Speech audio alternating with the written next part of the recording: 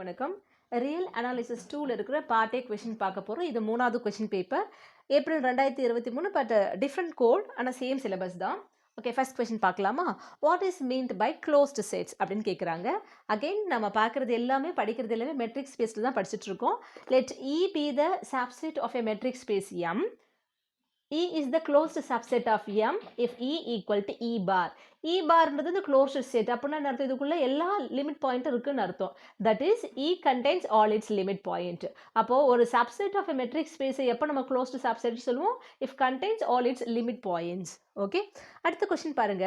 Give an example of a connected sets. இது பார்த்தீங்கன்னா ஏற்கனவே நம்ம ஃபர்ஸ்ட் கொஸ்டின் பேப்பரில் பார்த்தோம், the same question repeat ஆயிருக்கு.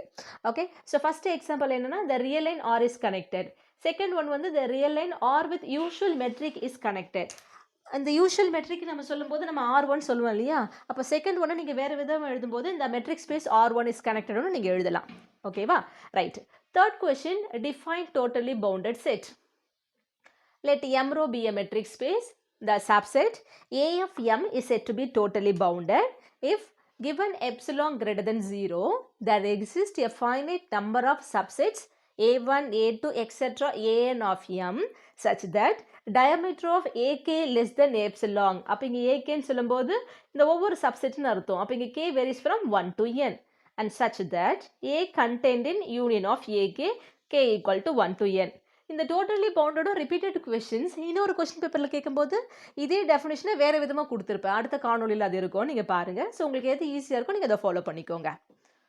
ஓகே, அடுத்தது வந்து டிஃபைன் ஃபைனைட் இன்டர்செக்ஷன் ப்ராப்பர்ட்டி. இது முந்தின கொஸ்டின் பேப்பரில் இருந்தது, ஏப்ரல் 23 வேறு கோடில் இருந்தது, இதுலையும் கேட்டிருக்காங்க. ஓகே, பார்க்கலாம். A family script F of subsets of a set M is said to have finite intersection property if the intersection of any finite number of sets in F is never empty. இதுதான் finite intersection property. So அடுத்து வந்து define Heine-Borel property. Heine-Borel property நான் சிம்பிளாக இங்கே கொடுத்துருக்கேன். The Heine-Borel property is every open covering of M admits a finite subcovering. அப்போ Mன்றது என்னன்னு சொல்லணும், இல்லை நான் விட்டுட்டேன் பாருங்க. where M is a metric ஸ்பேஸ்னு சொல்லுங்கள், இல்லை முதல்ல சொல்லுங்கள் let M be a metric space அப்படின்னு சொல்லிட்டு the Heine-Borel property is every open covering of M admits a finite subcovering. Okay, இன்னொரு கொஸ்டின் பேப்பரில் இது கேட்டிருக்காங்க, அங்கே அது கரெக்ட் பண்ணி எழுதியிருப்பேன் நான். ஓகே, அடுத்தது பார்த்தீங்கன்னா define the upper integral of F over closed interval AB. எப்பெல்லாம் அப்பர் இன்டர்வல் படிக்கிறீங்களோ லோயர் இன்டர்வலும் படிச்சுக்கோங்க, ரெண்டுத்துல ஏதோ ஒன்று 2 மார்க்கில் கேட்குறாங்க. Okay, let F be a bounded function on a closed bounded interval AB. இது பாருங்க, இங்கே இந்த இன்டர்வலுக்கு மேலே கோடு போட்டிருக்கோம். அப்போ இது upper integral A to B f of x dx is called the upper integral of F over AB defined as the integral upper integral A to B. வெறுமனே Fனும் போடலாம், உங்கள் புக்கில் அதாவது நோட்டேஷன் இருக்கும். ஸ்டார்டிங்கில் இப்படி கொடுத்துருப்பாங்க, அதுக்கப்புறம் integral upper integral A to B வெறும் Fன்னு கொடுத்துருப்பாங்க. அப்படின்னா f of x dxன்றது இது அண்டர்ஸ்டுட். அது this is equal to greatest lower bound of upper sum of F over sigma. அப்போ அப்பர் இன்டெக்ரல் டெஃபினிஷன் படிக்கும்போது லோயர் இன்டெக்ரல் படிச்சுக்கோங்க, அதே போல் அப்பர் சம்மும் லோயர் சம்மும் படிச்சுக்கோங்க. ஓகே, அடுத்தது define a set of measure 0. இந்த மெஷர் 0வும் ரிப்பீட்டட் கொஸ்டின் இன்னொரு கொஸ்டின் பேப்பரில் கேட்டிருக்காங்க.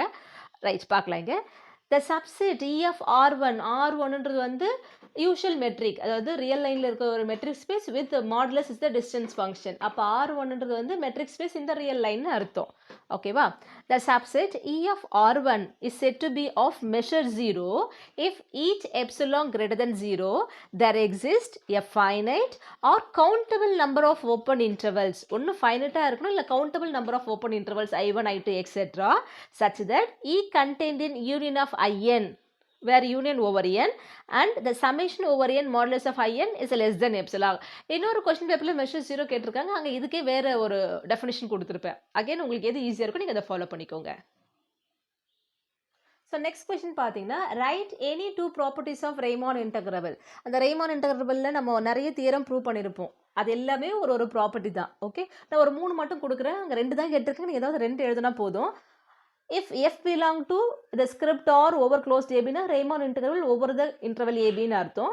And A less than C less than B, then F is Riemann integral over the closed interval AC and F is Riemann integrable over the closed interval CB. அதாவது ABன்ற closed interval 2 closed interval பிரிச்சிருக்கிறோம், AC and CB. அப்போ அந்த ரெண்டுத்துலேயும் F Riemann integrable இருக்கு. and integral A to B F equal to integral A to C F plus integral C to B F. இது first property.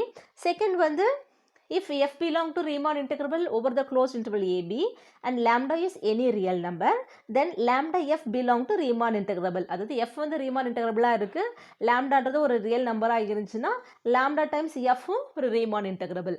அப்போ integral over a to b lambda f equal to lambda times integral a to b f. Okay, அதாவது lambda ஃபங்க்ஷனுக்குள்ள ப்ராடக்ட்ல இருந்தால் அது interval விட்டு வெளியே எடுத்து பண்ணுவோம் இல்லையா, அதுதான், அது ஒரு ப்ராப்பர்ட்டி.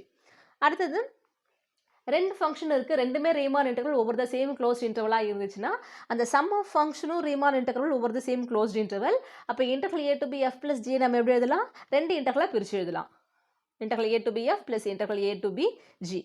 அதே போல் இன்னொன்று கூட இருக்குது, எஃப் லெஸ் தென் ஜியாக இருந்துச்சுன்னா then interval a to b f less than or equal to interval a to b ஜியாக இருக்கும். ஸோ இந்த மாதிரி இருக்குது, ஒரு 4-5 இருக்குது, நான் இங்கே ஒரு 3 கொடுத்துருக்கேன். எப்பவுமே இந்த மாதிரி ஒரு ப்ராப்பர்ட்டி கொஞ்சம் எக்ஸ்ட்ரா படித்து வச்சுக்கோங்க, அப்போ தான் ஏதாவது 2 ஞாபகம் வரும், நம்ம எழுத முடியும். ஸ்டேட் டெய்லர்ஸ் தியரம் ஆக்சுவலாக உங்கள் டெக்ஸ்ட் புக்கில் கோல்பெர்க் புக்கில் பார்த்தீங்கன்னா டெய்லர்ஸ் தியரம் வித் ரிமைண்டரில் 3 ஃபார்ம் கொடுத்துருப்பாங்க. Interval form of remainder, Lagrange form of remainder, Cauchy form of remainder. அப்போ ஜென்ரலாக வெறுமனே ரிமைண்டர் வச்சு எழுதுறத நான் இங்கே டெய்லர்ஸ் தியரம்னா கொடுத்துருக்கேன். Okay, let f be a real valued function on the closed interval a plus h such that f n plus 1th derivative of x exists for every x belong to the closed interval a plus h and f n plus 1th derivative is continuous on the closed interval a plus h. இது வரைக்கும் வந்து பார்த்தீங்கன்னா இந்த 3 ஃபார்ம்லையுமே இது காமனாக நம்ம எழுதுகிற statement தான். then if x belong to the closed interval a plus h such that இந்த டெய்லர்ஸ் ஃபார்முலா நம்ம போட்டோம் இல்லையா, அதே தான் இங்கே நம்ம எழுதுகிறோம். பட் இங்கே லாஸ்ட்டில் எக்ஸெட்ரா போடுறதுக்கு பதிலாக அந்த n plus 1th ரிமைண்டரை போட்டு எழுதிடுறோம், அவ்வளோதான். So f of x equal to f of a plus f dash of a by 1 factorial into x minus a plus f double dash of a by 2 factorial into x minus a the whole square plus etc plus f nth derivative of a by n factorial into x minus a the whole power n plus usually etc போட்டு அந்த tailors formula, அதுக்கு பதிலாக plus reminder n plus 1th ரிமைண்டராக எழுதுகிறோம், or n plus 1 of x where or n plus 1 of x is the remainder term எழுதியிருக்கோம். இந்த reminder 3 ஃபார்மாக இருக்கும், அது இங்கே தேவையில்லை, இங்கே கேட்கல, ஜஸ்ட் இது மட்டும் தான் கேட்டிருக்காங்க, இது மட்டும் கொடுத்துருக்கேன். அடுத்த கொஸ்டின் பார்த்தீங்கன்னா டிஃபைன் கன்வர்ஜென்ட் சீக்வன்ஸ்.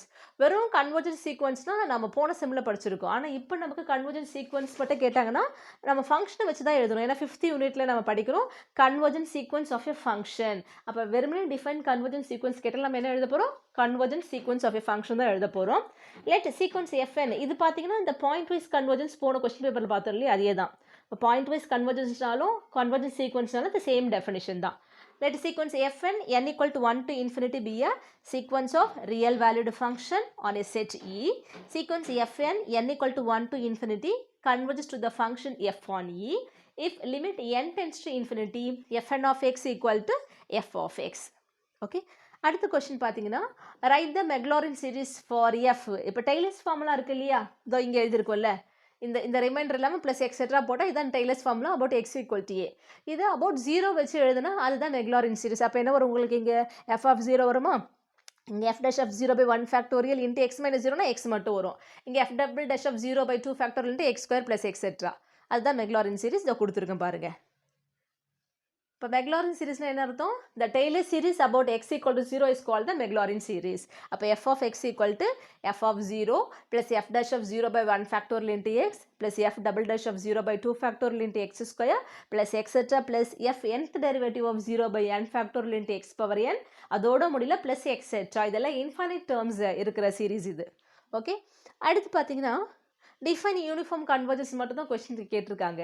யூனிஃபார்ம் கன்வர்ஜன்ஸ்னாலே சீக்வன்ஸ் ஆஃப் ஃபங்க்ஷன் தான் நமக்கு இருக்குது டெஃபினிஷனில்.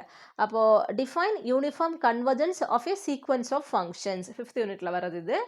Let sequence fn n equal to 1 to infinity be a sequence of real valued function on a set E. The sequence fn n equal to 1 to infinity converges uniformly to the function f on E if given epsilon greater than 0 there exists n belong to I such that modulus of fn of x minus f of x less than epsilon where small n greater than or equal to capital N for every x belong to E. The n வந்து depends on only epsilon இருக்கும்போது தான் இது uniformly converges சொல்கிறோம். depends on n epsilon and x இருந்துச்சுன்னா அது வெறும் நம்ம converges நம்ம சொல்லுவோம். ஓகே, ஸோ இது 3வது கொஸ்டின் பேப்பரில் இருந்த பார்ட் ஏ கொஸ்டின் நம்ம பார்த்துட்டோம். இன்னும் ஒரு யூனிவர்சிட்டி கொஸ்டின் பேப்பர் இருக்குது, அதை அடுத்த காணொலியில் பார்க்கலாம். நன்றி, வணக்கம்.